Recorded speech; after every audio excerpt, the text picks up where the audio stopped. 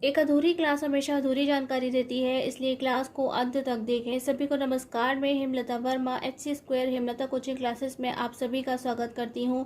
प्यारे बच्चों, last class में हमने एक्सक्रीटरी सिस्टम ऑफ ह्यूमन यानी कि मानव के उत्सर्जन तंत्र को पढ़ा था। और प्यारे बच्चों, हमने देखा था कि किडनी यानी कि हमारी जो वृक्क है वह क्या है, एक्सक्रीटरी सिस्टम का मेन ऑर्गन है। इस पूरे सिस्टम का क्या है, मेन ऑर्गन है। यानी कि आज की इस क्लास में हम क्या करेंगे, आज की इस क्लास में हम किडनी यानी कि वृक्क के बारे में पढ़ेंगे, उसके स्ट्रक्चर के बारे में जानेंगे। तो प्यारे बच्चों, उसे समझने के लिए हम 2 डायग्राम्स का यूज़ करेंगे। एक आपकी स्क्रीन पर ऑलरेडी है और दूसरा आपने बाहर थंबनेल में देख लिया होगा। तो प्यारे बच्चों, सबसे पहले आप देख सकते हैं कि ये जो हमारी किडनी यानी कि वृक्क होती है वह आपको कैसे दिखाई दे रही है, बीन के शेप की दिखाई दे रही है, यानी कि किडनी बीन की शेप की, जिसे हम क्या कहते हैं, राजमा।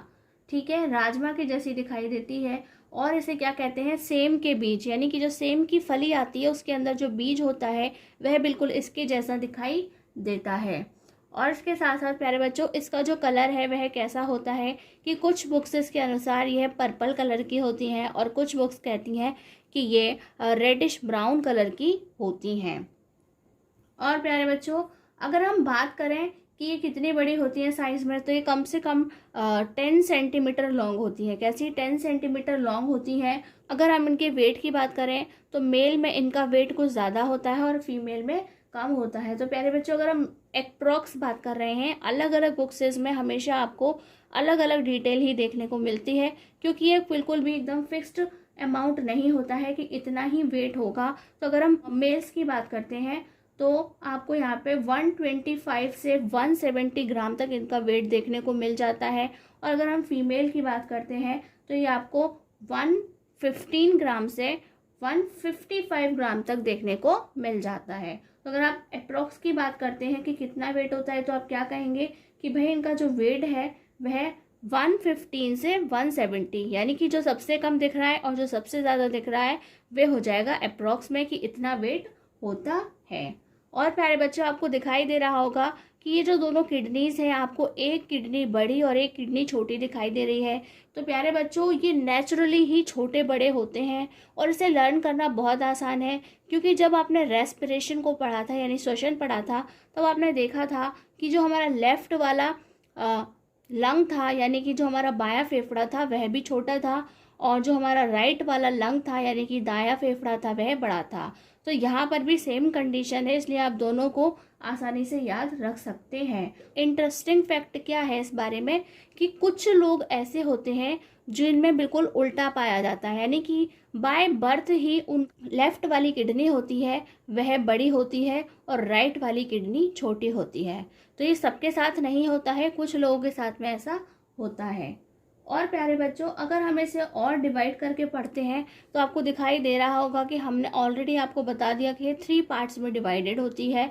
जैसे कि जो इसका ये अंदर वाला पार्ट है, क्या है, जो इसका अंदर वाला पार्ट है उसे हम क्या कहते हैं, रीनल पेल्विस कहते हैं। हिंदी और अंग्रेजी दोनों में ही इनके सेम नाम है, रीनल पेल्विस इन्हें कहा जाता है। और प्यारे बच्चों, उसके बाद जो ये मिडिल वाला पोर्शन है वह क्या है, उसे रीनल मेड्यूला कहा जाता है। क्या कहा जाता है, रीनल मेड्यूला कहा जाता है। इसके आउटर सरफेस को क्या कहते हैं, तो हम कहेंगे उसे renal cortex.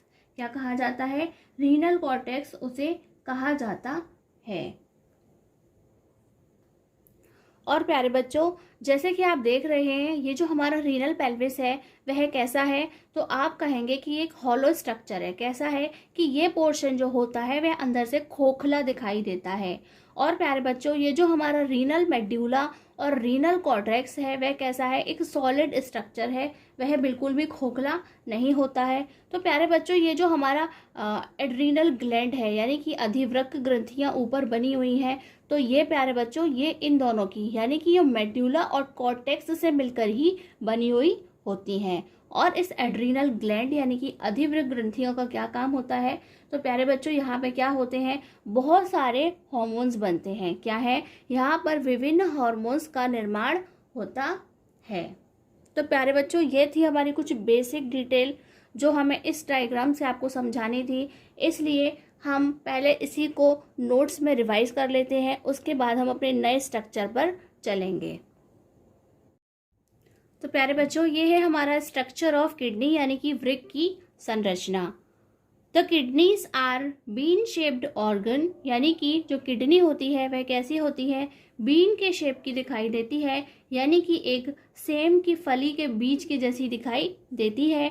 It's inner as is concave and outer as is convex. तो प्यारे बच्चों, अगर आप ध्यान से देखेंगे स्ट्रक्चर को तो आपको दिखाई देगा कि ये जो इसका अंदर का पोर्शन है वह आपको कैसे दिखाई देता है, कॉनकेव दिखाई देता है, और बाहर का जो स्ट्रक्चर है वह आपको कॉन्वेक्स जैसा दिखाई देता है। और कॉनकेव और कॉन्वेक्स क्या होते हैं इसे आप बहुत अच्छे से जानते हैं, क्योंकि आप ऑलरेडी लाइट चैप्टर को पढ़ चुके हैं।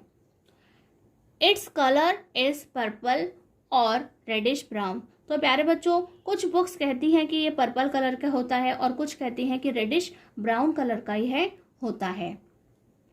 इसलिए आपको कंफ्यूज नहीं होना है। अगर वहाँ पे कोई चॉइस में आपके पास में क्वेश्चन आता है तो वहाँ पर दोनों आपको एक साथ नहीं मिलेंगे, कोई एक ही ऑप्शन मिलेगा। और अदरवाइज जब आप थ्योरी में लिखते हैं तो इसी तरीके से आप उसे लिख करके आइएगा। इट्स अबाउट 10 सेंटीमीटर लॉन्ग, उसकी जो लेंथ है वह 10 सेंटीमीटर की होती है, यानी कि वो 10 सेंटीमीटर लंबा होता है। 5 to 6 centimetre wide and 2 to 5 centimetre thick in size. तो प्यारे बच्चों, भले ही आप इसकी विथ और इसकी थिकनेस को भूल जाएं, लेकिन इसकी लेंथ को याद रखिए।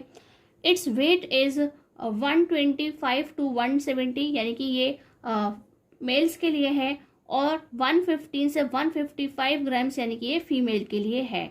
तो प्यारे बच्चों, अगर हम अप्रॉक्स बनाएंगे यहाँ से तो कितना बनेगा, सबसे कम में ये और सबसे ज़्यादा में ये वाली डिटेल बनती है।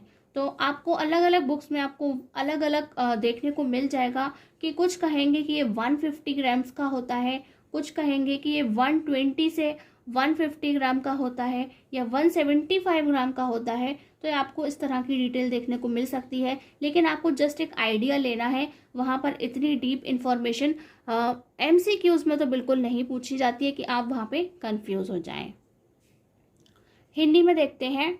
वृक्क सेम के बीच के आकार का होता है, इसका भीतरी किनारा धंसा हुआ, यानी कि वह अवतल जैसा होता है। तो प्यारे बच्चों, अगर आपने पहले कभी नहीं पढ़ा हो कि अवतल कैसा होता है तो आप समझ सकते हैं कि जिसका भीतरी किनारा धंसा हो, यानी कि बीच में से वह अंदर की ओर हो, तथा बाहरी किनारा उभरा हुआ हो, और अगर बाहर से वह उभरा हुआ है, गोल शेप दिखाई देती है उसमें, तो वह कैसा है, उत्तल होता है। इसका रंग बैंगनी या गहरा लाल होता है। तो प्यारे बच्चों, वहाँ पे गहरा लाल भी लिखा हुआ हो सकता है, यानी कि डार्क रेड कलर का भी लिखा हो सकता है। यह लगभग 10 सेंटीमीटर लंबा है, 5 से 6 सेंटीमीटर चौड़ा है और 2 से 5 सेंटीमीटर मोटा होता है। इसका भार 125 से 170 ग्राम पुरुषों में पाया जाता है और 115 से 155 ग्राम महिलाओं में पाया जाता है। नेक्स्ट है the kidneys are just naturally unequal in size. तो वह कैसी हैं, साइज एक जैसा नहीं है, अनइक्वल है। और प्यारे बच्चों, यहाँ पे जो राइट वाली किडनी है वह कैसी है, right kidney is commonly slightly bigger than the left, यानी कि वह लेफ्ट से थोड़ी सी बड़ी होती है नॉर्मली। ठीक है, लिखा है कॉमनली, यानी कि नॉर्मली तो वह बड़ी ही होती है, क्योंकि कभी कभी क्या होता है कि उल्टा हो जाता है, जो लेफ्ट वाली होती है किसी किसी में वह बड़ी पाई जाती है, जो राइट वाली होती है वह छोटी पाई जाती है। तो प्यारे बच्चों, आपके मन में ये भी तो आया होगा ना कि इन दोनों में आखिर कितना फ़र्क हो सकता है। तो प्यारे बच्चों, मान लीजिए कि वह जो छोटी और बड़ी का डिफरेंस है वह लेंथ में अराउंड 1 सेंटीमीटर का होता है। कैसा होता है, अराउंड 1 सेंटीमीटर का डिफरेंस वहाँ देखने को मिलता है। The kidney is divided into 3 parts. जो किडनी है वह कैसी है, 3 पार्ट्स में डिवाइड करके उसे पढ़ा जाता है।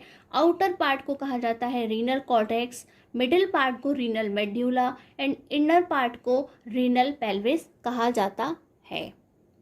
हिंदी में कहते हैं वृक्क आकार में प्राकृतिक रूप से असमान होते हैं। तो प्यारे बच्चों, हमने आपको बता दिया कि ये कैसे किस तरीके से होते हैं कि कहीं मोस्टली क्या होता है कि जो दायां वृक्क है वह बड़ा होता है और बायां वृक्क छोटा होता है, लेकिन कहीं कहीं यह उल्टा पाया जाता है। कुछ लोगों में ऐसा उल्टा होता है कि वहाँ पर बायां वृक्क बड़ा होता है और दायां वृक्क छोटा होता है, यानी कि उनके अंदर 1 सेंटीमीटर का फर्क पाया जाता है। वृक्क को 3 भागों में बांटा गया है। बाहरी भाग को हम रीनल कॉर्टेक्स कहते हैं। क्या कहते हैं? रीनल कॉर्टेक्स कहते हैं। मध्यम भाग को यानी कि बीच के भाग को रीनल मेड्यूला कहते हैं, और जो उसका आंतरिक भाग है, अंदर का भाग है, उसे हम रीनल पेल्विस कहते हैं। तो प्यारे बच्चों, अब नेक्स्ट क्या है? Renal pelvis is a hollow structure, यानी कि जो रीनल पेल्विस होता है वो हॉलो होता है, यानी कि अंदर से खोखला होता है, खाली खाली होता है। And renal medulla and renal cortex are solid structures. और ये दोनों कैसे होते हैं? तो आप कहेंगे कि बिल्कुल सॉलिड होते हैं, वहाँ पर बिल्कुल भी कोई खोखलापन नहीं पाया जाता है। Adrenal glands are composed of the cortex and the medulla. तो प्यारे बच्चों, जो हमारे ऊपर क्या है, किडनी के ऊपर जो ग्लैंड्स दिखाई दे रहे हैं, जिसे हम एड्रीनल ग्लैंड कहते हैं, वह किसके बने हुए हैं? तो वह कॉर्टेक्स और मेड्यूला से बने हुए होते हैं, which are each responsible for producing different hormones. तो वहाँ पर वह क्या बना रहे हैं? डिफरेंट हॉर्मोन्स को बनाने का काम करते हैं। हिंदी में कहेंगे रीनल पेल्विस एक खोखली संरचना है, ठीक है, वह खाली खाली जगह वहाँ पे दिखाई देती है, तथा रीनल मेड्यूला और रीनल कॉर्टेक्स ठोस संरचनाएं हैं, सॉलिड यानी कि ठोस संरचनाएं हैं। अधिवृक्क ग्रंथियां मेड्यूला तथा कॉर्टेक्स की बनी हुई होती हैं। रीनल ग्लैंड्स हैं, अधिवृक्क ग्रंथियां हैं, वह कैसी हैं? तो प्यारे बच्चों, आप कहेंगे कि वह मेड्यूला और कॉर्टेक्स से मिलकर के बनी हुई होती हैं, जो कि विभिन्न हार्मोन्स को बनाने का काम करती हैं। प्यारे बच्चों, निकालने का मतलब भी किस बात से है कि वह बनाती हैं, तभी तो वहाँ से हार्मोन्स निकलते हैं, ठीक है। तो आप चाहें तो वर्ड टू वर्ड इसे बिल्कुल ट्रांसलेट फॉर्म में लिख सकते हैं और यहाँ लिख सकते हैं कि यह बनाने का काम करती हैं, विभिन्न हार्मोन्स को बनाने का काम करती हैं। और प्यारे बच्चों, आगे की जो डिटेल है हम उससे पहले नेक्स्ट डायग्राम जो हमारा है उससे हम आपको बताएंगे एंड देन हम नोट्स में पढ़ेंगे।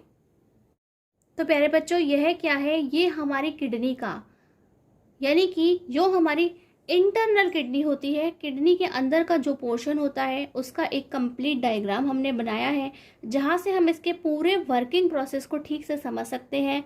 लेकिन प्यारे बच्चों, ये क्लास हमारी वर्किंग प्रोसेस के लिए नहीं है, स्ट्रक्चर के लिए है, क्योंकि अगर आपको स्ट्रक्चर ही डिफाइन नहीं किया जाएगा तो आप उसके वर्किंग प्रोसेस को ठीक से नहीं समझ सकेंगे। तो सबसे पहले आज हम क्या देखेंगे कि ये जो स्ट्रक्चर है उसमें हम किस चीज़ को क्या कहते हैं। जब हमें यह समझ में आ जाएगा कि कौन सी चीज़ कहाँ बनी हुई है, किस तरह से बनी हुई है, किससे जुड़ी हुई है, देन हम उसके वर्किंग प्रोसेस को ठीक से समझ जाएंगे, यानी कि हम समझ पाएंगे कि यूरिन का फॉर्मेशन कैसे होता है। तो प्यारे बच्चों, ये जो आपको पार्ट दिखाई दे रहा है ये कौन सा है? तो आप कहेंगे कि रीनल पेल्विस है। कौन सा है? ये वाला पार्ट हमारा रीनल पेल्विस होता है, ये वाला जो पार्ट है वह मेड्यूला होता है, और ये कौन सा होता है? कॉर्टेक्स होता है। तो प्यारे बच्चों, आपको सबसे पहले छोटी छोटी चीज़ों को देखते जाना है और उसके बाद ही लास्ट तक पहुंचना है। तो सबसे पहले प्यारे बच्चों, आपको देखना है कि ये पूरी हमारी एक किडनी है, किडनी के अंदर ये क्या है? तो आप कहेंगे ये यूरेटर है, यानी कि मूत्रवाहिनी है। ये वही मूत्रवाहिनी है जो हमारे जो पूरा एक्सक्रीटरी सिस्टम है उसमें 2 होती हैं और लंबी सी नीचे निकल करके जाती हैं। तो यहाँ पर कि सिर्फ इतनी ही बनी हुई है कि ये जस्ट किडनी से थोड़ा बाहर निकल रही है, जिसके अंदर क्या है? यूरिन निकल करके जा रहा है। सिर्फ इतना ही बनाया गया है। और प्यारे बच्चों, जैसे कि आप जानते हैं कि किडनी के अंदर क्या थी, तो आप कहेंगे वहाँ पे एक रीनल आर्टरी थी, यानी कि रीनल धमनी थी। उसके पास क्या है? इम्प्योर ब्लड है। क्या है? उसके पास में अशुद्ध रक्त है। उसके पास ऑक्सीजन तो है लेकिन इम्प्योरिटीज़ हैं, वही इम्प्योरिटीज़ जो यहाँ पर क्या है? अलग होने के लिए आई हैं, फिल्टर होने के लिए आई हैं। और प्यारे बच्चों, ये क्या है? ये जो नीचे वाली आपको दिखाई दे रही है कुछ इस तरीके से बनी हुई, वह क्या है? रीनल वेन है, यानी कि रीनल शिरा है। इसके पास क्या है? जब ये यहाँ से जाएगी लेकर के तो इसके पास प्योर ब्लड होगा। क्या होगा? इसके पास में शुद्ध रक्त होगा, लेकिन वह कैसा होगा? डीऑक्सीजनेटेड, यानी कि वह ऑक्सीजन रहित होगा, यानी कि उसमें CO2 पाई जाती है। तो प्यारे बच्चों, नेक्स्ट आपको देखना है कि यहाँ पर ये जो स्ट्रक्चर है, आपको यहाँ पे कुछ अजीब सी संरचना दिखाई दे रही है, कुछ अजीब सी चीज़ देखने को दिखाई दे रही है। आप कहेंगे कि बाकी तो ठीक है, सब समझ में आ गया, ये क्या है, ये क्या है, ये क्या है, लेकिन जो मेन सारा काम है वो यहाँ पे इस स्ट्रक्चर को आपके लिए समझना है, जिसे हम क्या कहते हैं, ये हमारी नेफ्रॉन है। क्या है कि ये जो आपको यहाँ से यहाँ तक का ये पूरा स्ट्रक्चर दिखाई दे रहा है, उसे नेफ्रॉन कहते हैं। क्या कहते हैं? नेफ्रॉन। हिंदी और इंग्लिश दोनों में ही नेफ्रॉन कहते हैं। तो प्यारे बच्चों, जो पूरी किडनी है, क्या है, जो हमारी पूरी किडनी होती है वह इन्हीं नेफ्रॉन से बनी होती है, यानी कि यहाँ पे लाखों की संख्या में ऐसे ही नेफ्रॉन पाए जाते हैं। क्या होते हैं कि पूरी किडनी लाखों में ऐसे ही नेफ्रॉन्स की बनी हुई होती है। और प्यारे बच्चों, जब हम इसे 2 पार्ट्स में डिवाइड करके पढ़ते हैं तो इसका ये जो वन एंड है, यानी कि जहाँ से ये इसका ऊपरी सिरा है, उसे क्या कहा जाता है? उसे हम बोमन कैप्सूल के नाम से जानते हैं। और प्यारे बच्चों, हिंदी की बुक में आपको बोमन और बोमेन दोनों लिखा हुआ दिखाई दे सकता है, तो इसलिए हमने यहाँ पे इसे लिखा है बोमेन संपुट। वहाँ पर बोमेन कैप्सूल भी लिखा हुआ हो सकता है हिंदी में। और प्यारे बच्चों, ये जो पूरे ट्यूब्स हैं, ये आपको घूमती हुई फिर इस तरीके से घूमती हुई यहाँ पर जा कर के मिलती है, उसे हम क्या कहते हैं? उसे हम ट्यूब्यूल कहते हैं। क्या कहते हैं? नलिका कहते हैं। यानी कि जो ट्यूब लाइक स्ट्रक्चर आपको दिखाई दे रहा है, उसे हम ट्यूब्यूल यानी कि नलिका कहते हैं। और इन दोनों को मिला करके, यानी कि this plus this is equal to nephron कहा जाता है। क्या है? This plus this is equal to nephron कहा जाता है। और प्यारे बच्चों, यहाँ पर अगर हम अपने इस ट्यूब्यूल को और डिटेल में पढ़ते हैं, यानी कि ये जो ट्यूब्यूल है प्यारे बच्चों, यहाँ पर भी जो है ये ट्यूब्यूल का ही पोर्शन है, क्योंकि ये जो हमारा बोमन कैप्सूल है वह क्या है? ये अंदर बना हुआ है, इस तरीके से ये बना हुआ है। इसलिए जब हम ट्यूब्यूल को पढ़ते हैं तो ट्यूब्यूल में हम इस वाले पोर्शन को भी काउंट करते हैं, उसे हम बोमन कैप्सूल ही बोलते हैं। तो प्यारे बच्चों, इस वाले पोर्शन को हम ट्यूब्यूल के अंदर बोमन कैप्सूल ही कहेंगे। लेकिन यहाँ पे जो आपको ऐसे करके घूमता हुआ ऐसा कुछ दिखाई दे रहा है, उसे हम PCT कहते हैं। शॉर्ट फॉर्म में तो हम उसे क्या कहते हैं? Proximal tubule. क्या कहते हैं? प्रोक्सिमल ट्यूब्यूल कहते हैं। इसे हम डिस्टल ट्यूब्यूल बोलते हैं। बाद में हम आपको इनकी फुल फॉर्म्स भी लिखवा देंगे। तो आपको सबसे पहले क्या देखना है कि अगर हम पूरे ट्यूब्यूल को डिवाइड करके पढ़ते हैं तो इधर के पोर्शन को हम बोमन कैप्सूल ही बोलते हैं, इस वाले पोर्शन को हम शॉर्ट फॉर्म की बात करते हैं तो PCT बोलते हैं, या फिर हम उसे प्रोक्सिमल ट्यूब्यूल बोलते हैं। दूर वाले पोर्शन में जो इस तरीके से बन रहा है, हम उसे डिस्टल ट्यूब्यूल बोलते हैं। और ये जो प्यारे बच्चों जो यू की शेप लेकर के ट्यूब बना हुआ है, उसे हम क्या कहते हैं? उसे लूप ऑफ हैनले। क्या कहा जाता है? लूप ऑफ हैनले कहा जाता है। यानी कि हिंदी में उसे तो हम हैनले लूप कहते हैं, हिंदी में हम उसे हैनले लूप कहते हैं। तो ठीक है, इस तरह से आपने देख लिया कि एक नेफ्रॉन क्या है, वह इन 2 चीज़ों से मिलकर बना है। लेकिन जब हम इस ट्यूब्यूल को पढ़ते हैं तो हम उसे 4 पार्ट्स में डिवाइड करके पढ़ते हैं। और प्यारे बच्चों, जहाँ ये जा कर के जुड़ रहा है, यानी कि इस पोर्शन पे जब यह जाके जुड़ रहा है, और ऐसे कई सारे पोर्शंस बने हुए हैं, तो इन सारे पोर्शंस को क्या कहा जाता है? Urine collecting duct. क्या है कि यूरिन को कलेक्ट करने के डक्ट बने हुए हैं, कुछ खाली जगह बनी हुई है जहां से ये इनके अंदर जाता है, यानी कि मूत्र एकत्र करने वाली वाहिनियां इन्हें कहा जाता है। तो प्यारे बच्चों, ये क्या है? ये सिर्फ एक नेफ्रॉन है, लेकिन यहाँ पे अराउंड 10 lakhs यानी कि 1 मिलियन नेफ्रॉन यहाँ पे देखने को मिलती हैं, वो भी सिर्फ एक किडनी के अंदर। प्यारे बच्चों, ये जो आपको इसके अंदर का पोर्शन दिखाई दे रहा है, क्या है? तो प्यारे बच्चों, हम कहेंगे कि यहाँ पे बहुत सारी कैपिलरीज हैं। क्या है? कैपिलरीज ने क्या बना रखा है? कुछ गुच्छे जैसा बना रखा है, यानी हम इसे क्या बोलते हैं? केशिका गुच्छ कहते हैं। क्या कहते हैं? केशिका गुच्छ कहते हैं। लेकिन जब हम इसे इंग्लिश में पढ़ते हैं तो अगर हम किसी एक कैपिलरी की बात करते हैं तो हम उसे ग्लोमेरुलस पढ़ते हैं। क्या पढ़ते हैं? ग्लोमेरुलस पढ़ते हैं। लेकिन जब हम सारी की सारी केशिकाओं की बात करते हैं, सारी की सारी कैपिलरीज की बात करते हैं, तो हम उन्हें ग्लोमेरुली पढ़ते हैं। क्या पढ़ते हैं? ग्लोमेरुली पढ़ते हैं, या फिर उन्हें ग्लोमेरुलाई भी पढ़ा जाता है। क्या है? ग्लोमेरुली भी पढ़ा जाता है और ग्लोमेरुलाई भी पढ़ा जाता है। तो प्यारे बच्चों, इस स्ट्रक्चर के अंदर आपके पास में मोस्टली सभी चीज़ें क्या हैं, एकदम नई से हैं, नए नए नाम है। देखने में भी ये काफ़ी बिल्कुल अलग सा दिखाई दे रहा है। तो आपको इसकी अच्छे से प्रैक्टिस करनी है, इसे बनाना है, इनके नेम्स को लर्न करना है और ये किस तरह से एक दूसरे से कनेक्ट हो रहे हैं ये भी देखना है। और प्यारे बच्चों, एक खास चीज़ जो आपको देखने को मिल रही होगी, ये जो कैपिलरीज हैं क्या है, ये जो हमारा केशिका गुच्छ है वह क्या है, एक तरफ तो आर्टरी से जुड़ रहा है। कहाँ से, कि वह आर्टरी से जुड़ा हुआ है इसका एक छोर, और इसका दूसरा छोर है वह घूम फिर के इनके साथ पूरा ऐसे करके घूम फिर के किससे जुड़ा हुआ है, तो आप कहेंगे कि वह वेन से जुड़ा हुआ है। किससे जुड़ा हुआ है, वेन से, यानी कि वह धमनी से, एक सिरा धमनी से जुड़ा हुआ है और इसका दूसरा सिरा इस तरीके से पूरे में घूम करके, पूरे टिब्यूल में घूम के, नलिका में घूम करके वह कहाँ जा रहा है, तो वह अपनी शिरा से जुड़ जाता है। किससे, वह अपनी रीनल शिरा से जुड़ने का काम करता है, रीनल वेन से जुड़ जाता है। तो प्यारे बच्चों, अब हम इसे डिटेल में नोट्स में अच्छे से पढ़ेंगे। प्यारे बच्चों, आप अच्छे से याद रखिएगा कि हम यहाँ पर सिर्फ स्ट्रक्चर को डिस्कस कर रहे हैं, हम किसी के भी वर्किंग प्रोसेस को डिस्कस नहीं कर रहे हैं, उसे हम नेक्स्ट क्लास में ठीक तरीके से समझेंगे। तो प्यारे बच्चों, अब जो आगे के जो टॉपिक्स हैं, यानी कि जो स्ट्रक्चर के अंदर हमें जो चीज़ें पढ़नी हैं, हमने उन्हें अलग से हेडिंग डाल के लिखा है। उसका रीज़न है कि वह अलग से भी पूछी जाती हैं। ठीक है, वह अलग से भी लिखने के लिए पूछी जाती हैं कि व्हाट इज़ नेफ्रॉन, नेफ्रॉन क्या होता है, या फिर वुमन कैप्सूल क्या होता है। इस तरीके के आपको अलग अलग लिखने के लिए टॉपिक्स मिलते हैं, इसलिए हमने उन्हें थोड़ा सेपरेट करके लिखा है। लेकिन किस टॉपिक को कितना डिटेल लिखना है वह डिपेंड करता है कि वह कितने मार्क्स का पूछा गया है। Nephrons, each kidney is made up of a large number of excretory units called nephron. तो प्यारे बच्चों, जो हमारी नेफ्रॉन है वह क्या है, एक्सक्रीटरी सिस्टम की यूनिट कही जाती है। यानी कि पूरा एक्सक्रीटरी सिस्टम जो है इस नेफ्रॉन से ही तैयार हो रहा है। यानी कि हर एक नेफ्रॉन क्या कर रही है, ब्लड को फिल्टर करने का काम कर रही है, इसलिए उसे यूनिट कहा गया है। Each kidney is made up of a large number of excretory units, यानी कि बहुत सारी नेफ्रॉन से वह मिलकर बना है। तो हम कितनी बात कर रहे हैं, मिलियंस, कि वहाँ पे मिलियंस की संख्या में है देखने को मिलती है। It's 3 centimetre long. और प्यारे बच्चों, एक जो नेफ्रॉन होता है उसकी लेंथ कितनी होती है, तो आप कहेंगे वह 3 सेंटीमीटर लंबा होता है। It is located in the cortex and the medulla of the kidney. तो प्यारे बच्चों, आप इस किडनी के स्ट्रक्चर को दोबारा ध्यान से देखिए, आपको देखने को मिलेगा कि जो हमारी नेफ्रॉन है वह कॉर्टेक्स और मेड्यूला दोनों में आपको दिखाई देगी। कहाँ प्रेजेंट है, दोनों ही पोर्शन में आपको दिखाई देती है।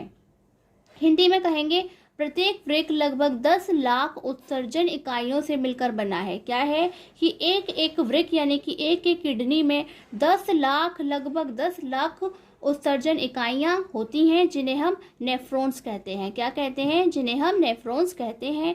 यह 3 सेंटीमीटर लंबी होती है, यानी कि एक नेफ्रॉन की लंबाई 3 सेंटीमीटर होती है। यह वृक्क के कॉर्टेक्स और मेड्यूला में पाई जाती है। ठीक है, तो जितनी भी नेफ्रॉन्स हैं वह सब कहाँ पर है, जो उसका सॉलिड पार्ट है, कहाँ है, किडनी का जो सॉलिड पार्ट है वह कौन सा है, कॉर्टेक्स और मेड्यूला होता है, यह उसी के अंदर पाई जाती है। नेक्स्ट क्या है बच्चों, तो आप कहेंगे बोमन कैप्सूल। क्या है, बोमन कैप्सूल या फिर बोमेन संपुट। ठीक है, ये आपको हिंदी में अलग अलग वेराइटीज में लिखने को मिल जाएगा, लिखा हुआ मिल जाएगा। The nephrons has a cup-shaped bag at its upper end which is called Bowman's capsule। तो प्यारे बच्चों, जो नेफ्रॉन है वहाँ पर आपको क्या देख रहे हैं, कप शेप्ड, यानी कि कप लाइक स्ट्रक्चर देखने को मिल रहा है उसके अपर एंड पर, ऊपर के हिस्से में। और इसे क्या बोल रहे हैं, कप शेप्ड का बैग बोल रहे हैं। यानी कि वहाँ पर एक बैग सा दिखाई दे रहा है कुछ, जिसके अंदर क्या भरी हुई है, तो आप कहेंगे कैपिलरीज भरी हुई हैं। ठीक है, तो वह कैसा है, कप शेप्ड एक बैग है, जिसका जो ऊपर का पोर्शन है उसे क्या कहा गया है, बोमन कैप्सूल कहा गया है, जो कि हमने आपको डायग्राम में दिखा दिया है। तो प्यारे बच्चों, अगर आपसे कोई बोमन कैप्सूल बोलता है तो उसकी डेफिनेशन इतनी है। ठीक है, बिल्कुल सबसे छोटे में।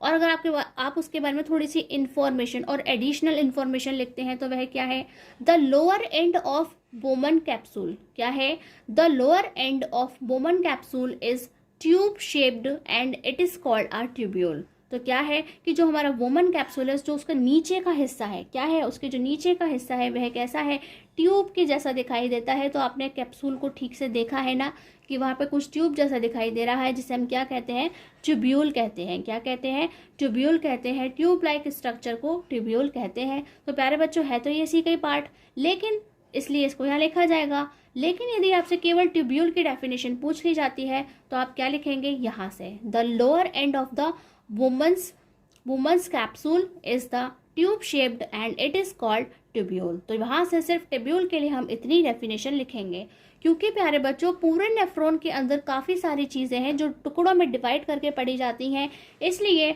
वहाँ पर सभी एक दूसरे से काफ़ी अटैच्ड होंगी जब हम उन्हें पढ़ेंगे, या फिर हम उन्हें सेपरेटली लिखने की कोशिश करेंगे। बस आपको इस बात का ध्यान रखना है कि आपसे कितने मार्क्स का क्वेश्चन पूछा गया है, उसी के अकॉर्डिंग आपको उसे लिखना है। हिंदी में देखते हैं, नेफ्रॉन के पास एक कप के आकार का थैला होता है। क्या है, एक कप जैसे आकार का थैला होता है, जिसके ऊपरी छोर को बोमेन संपुट कहा जाता है, या बोमन संपुट या बोमन कैप्सूल कहा जाता है। ठीक है, ऊपर वाले छोर को, जो कैसा दिख रहा है, कप जैसा दिखाई देता है। बोमेन संपुट का निचला छोर नली के आकार का होता है। तो आपने देखा कि बोमेन संपुट के अंदर नीचे क्या है, एक नली सी निकली हुई है, उसे हम क्या कहते हैं, नलिका कहते हैं। क्या कहते हैं, ट्यूब्यूल यानी कि नलिका उसे कहा जाता है। The Bowman's capsule and the tubule taken together make a nephron. तो प्यारे बच्चों, बोमन कैप्सूल और ट्यूब्यूल मिलकर के आपस में क्या बनाती हैं, एक नेफ्रॉन बनाने का काम करती हैं। One end of a tubule is connected to the Bowman's capsule. तो प्यारे बच्चों, ये जो हमारा ट्यूब्यूल है वह एक साइड किससे कनेक्टेड है, तो आप कहेंगे बोमन कैप्सूल से जुड़ा हुआ है। And other one is connected to a urine collecting duct of the kidney. तो प्यारे बच्चों, आप देख रहे हैं कि दूसरी कहाँ से जुड़ रही है, जहाँ पे सारा यूरिन इकट्ठा हो रहा है उस डक्ट से जाकर के वह जुड़ जाती हैं, वह काफ़ी सारी डक्ट निकली हुई होती हैं। This tubule is divided into 4 parts, यानी कि इसी ट्यूब्यूल को जब हम 4 पार्ट्स में डिवाइड करके पढ़ते हैं तो वह क्या है, तो फर्स्ट है हमारा बोमन्स कैप्सूल, सेकेंड है प्रोक्सिमल ट्यूब्यूल जिसे हमने क्या कहा था, पीसीटी। हम नंबर 3 क्या है, लूप ऑफ हैंडले है जो कि आपने यू शेप का देखा था। एंड नंबर 4 है डिस्टल ट्यूब्यूल। क्या है, डिस्टल ट्यूब्यूल, जिसे हम डीसीटी भी कहते हैं। हिंदी में देखते हैं, बोमेन संपुट और नलिका मिलकर एक नेफ्रॉन बनाती हैं। ठीक है, तो हमारा हिंदी में बोमेन संपुट या बोमन कैप्सूल या फिर बोमन कैप्सूल भी लिखा हुआ हो सकता है, और नलिका आपस में मिलकर के एक नेफ्रॉन बनाने का काम करती हैं।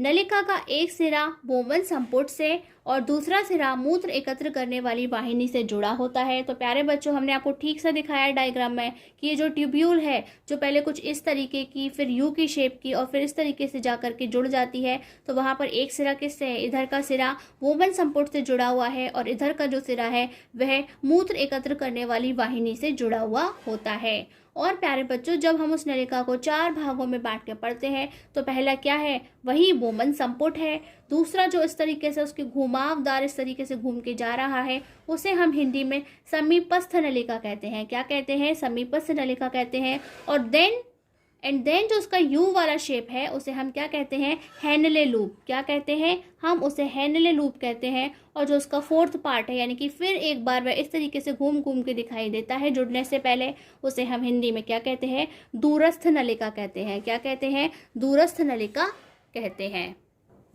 तो प्यारे बच्चों, नेक्स्ट और लास्ट हमारा हेडिंग क्या है यहाँ पर स्ट्रक्चर में, ग्लोमेरुलस। क्या है, ग्लोमेरुलस है। हिंदी में उसे ग्लोमेरुलस या फिर केशिका गुच्छ कहा जाता है। तो the Bowman capsule contain a bundle of blood capillaries. इस कैप्सूल के अंदर क्या है, बंडल ऑफ ब्लड कैपिलरीज, यानी कि बहुत सारी कैपिलरीज एक साथ इकट्ठी हैं, विच इज कॉल्ड ग्लोमेरुलस। क्या कहा जाता है, उन्हें ग्लोमेरुलस कहा जाता है। और अगर हम सारी की सारी एक साथ पढ़ते हैं, एक को हम ग्लोमेरुलस कहते हैं, लेकिन सारी कैपिलरीज को मिला करके क्या कहा जाता है, ग्लोमेरुली कहा जाता है। क्या कहा जाता है, ग्लोमेरुली, या फिर उन्हें ग्लोमेरुलाई भी पढ़ा जाता है। One end of the glomerulus is attached to the renal artery. तो प्यारे बच्चों, आपने देखा था डायग्राम में कि वह किससे जुड़ गए थे, उसका जो एक साइड है वह रीनल आर्टरी से जाके जुड़ जाता है। क्योंकि प्यारे बच्चों, आप जानते हैं कि आर्टरी और वेन को कौन जोड़ती हैं, तो आर्टरी और वेन्स को जोड़ने का काम कैपिलरीज करती हैं। इसलिए ये जो कैपिलरीज हैं, वन साइड किससे जुड़ी हुई हैं, रीनल आर्टरी से जुड़ी हुई है, और अदर साइड किससे जुड़ी हुई है, रीनल वेन से जुड़ी हुई होती है। हिंदी में देखते हैं, बोमन संपुट में रक्त केशिकाओं का एक गुच्छा होता है। क्या होता है, बोमन संपुट यानी कि बोमन कैप्सूल के अंदर रक्त केशिकाओं का या रुधिर केशिकाओं का एक गुच्छा होता है। वे गुच्छे के रूप में इकट्ठी होती हैं, जिसे केशिका गुच्छ कहा जाता है। क्या कहा जाता है, केशिका गुच्छ कहा जाता है, या फिर ग्लोमेरुलस कहा जाता है।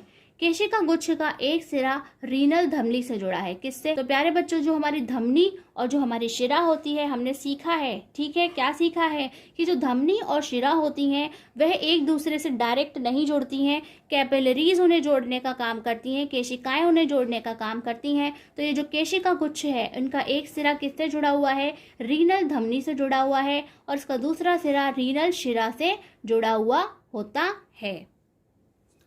तो प्यारे बच्चों, जो हमारा सेकेंड नंबर का जो डायग्राम था, जिसमें हमने काफ़ी चीज़ों को डिटेल में पढ़ा, तो आप देख सकते हैं कि वहाँ पे सारी ही चीज़ हमने किससे रिलेटेड पढ़ी है, नेफ्रॉन के बारे में पढ़ी है। हर एक चीज़ किससे जुड़ी हुई है, नेफ्रॉन से जुड़ी हुई है। हर एक चीज़ नेफ्रॉन का ही एक पार्ट है। तो आपको प्यारे बच्चों, अकॉर्डिंग टू नीड आपसे क्या पूछा जाता है, आपको नेफ्रॉन के टॉपिक पर उतना ही लिखना है। यानी कि जो ग्लोमेरुलस भी है वह भी क्या है, नेफ्रॉन का ही एक हिस्सा होता है। यानी कि नेफ्रॉन के अंदर ही क्या है, ग्लोमेरुलस प्रेजेंट होता है। तो आपसे जैसा पूछा जाए आपको उतना ही रिप्लाई करना है। और जब आपको किडनी का स्ट्रक्चर लिखना है तो डेफिनेटली आपको ये सारी ही चीज़ों को लिखना है, और आपको पिक्चर को ठीक तरीके से ड्रॉ करना है। प्यारे बच्चों, यदि आज की क्लास अच्छी लगी हो तो please like, comment and share this class. और यदि अभी तक आपने हमारे चैनल को सब्सक्राइब नहीं किया है तो प्लीज़ अभी सब्सक्राइब करें, और नोटिफिकेशन बेल को भी ज़रूर ऑन करें। प्यारे बच्चों, डू रिमेंबर, याद रखिए, आज की क्लास आज ही खत्म कीजिए, कल के लिए बचाकर कुछ मत रखिए। आज की क्लास में बस इतना ही। नमस्कार, धन्यवाद।